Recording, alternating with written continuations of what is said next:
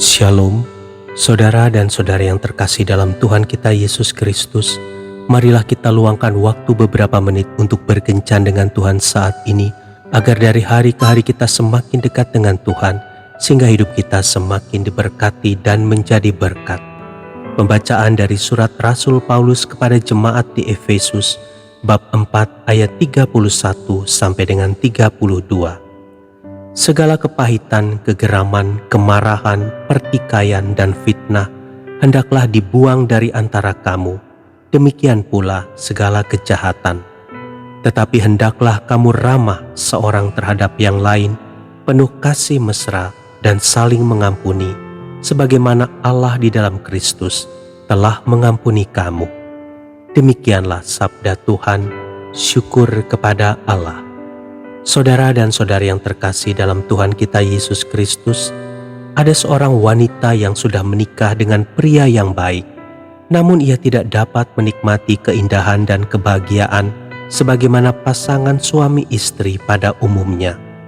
Ia mencintai suaminya, namun ia tidak dapat menyerahkan diri sepenuhnya kepada suaminya. Ia menyadari bahwa masalah ini bisa mengganggu kelangsungan rumah tangganya.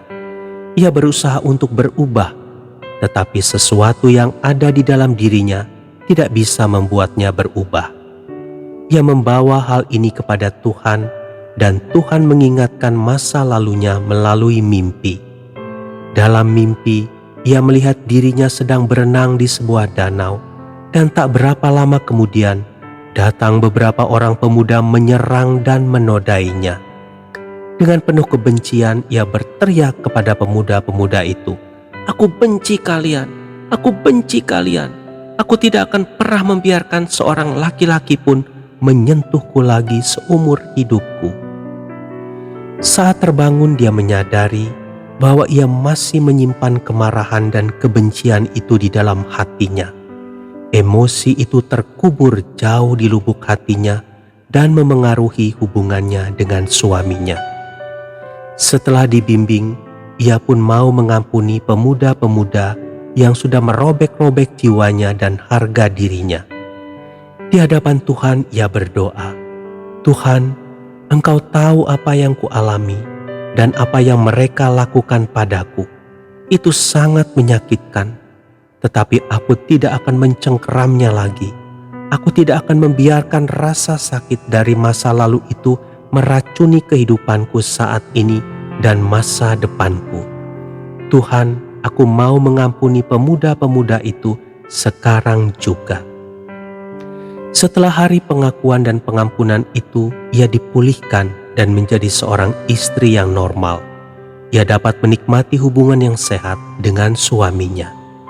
Saudara dan saudari yang terkasih dalam Tuhan kita Yesus Kristus, banyak orang yang membiarkan dirinya diikat oleh pengalaman pahit di masa lampau, sehingga hidup mereka tidak bahagia. Apakah Anda memiliki kenangan-kenangan pahit di masa lalu? Misalnya pelecehan seksual, ketertolakan, penganiayaan oleh orang tua atau saudara-saudara, dan sebagainya. Biarkan itu muncul sejenak ke permukaan hidup Anda.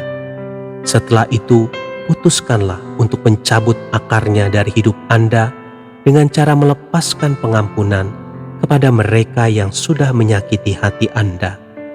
Jika Anda tidak mengerti akar pahit apa yang harus dicabut dari hidup Anda, mintalah Tuhan menunjukkannya.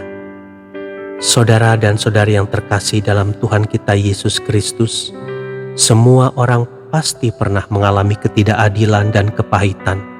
Tetapi yang membuat perbedaan adalah apakah kita memutuskan untuk mencengkram rasa sakit itu ataukah melepaskannya. Jika kita ingin menjalani kehidupan dengan cara yang terbaik, putuskan untuk melepaskan pengampunan kepada mereka yang melukai jiwa kita. Jika kita memilih untuk melepaskan itu, berarti kita sedang bertindak menolong diri kita sendiri. Pengampunan membuat kita terlepas dari kepahitan dan sekaligus mendapatkan pengampunan dari Bapa. Tuhan Yesus memberkati. Marilah kita berdoa. Dalam nama Bapa dan Putra dan Roh Kudus. Amin. Tuhan Yesus, aku melepaskan pengampunan atas seseorang yang telah menyakitiku. Mampukanlah aku agar jiwaku tenang dan sehat kembali. Amin. Dalam nama Bapa dan Putra dan Roh Kudus. Amin.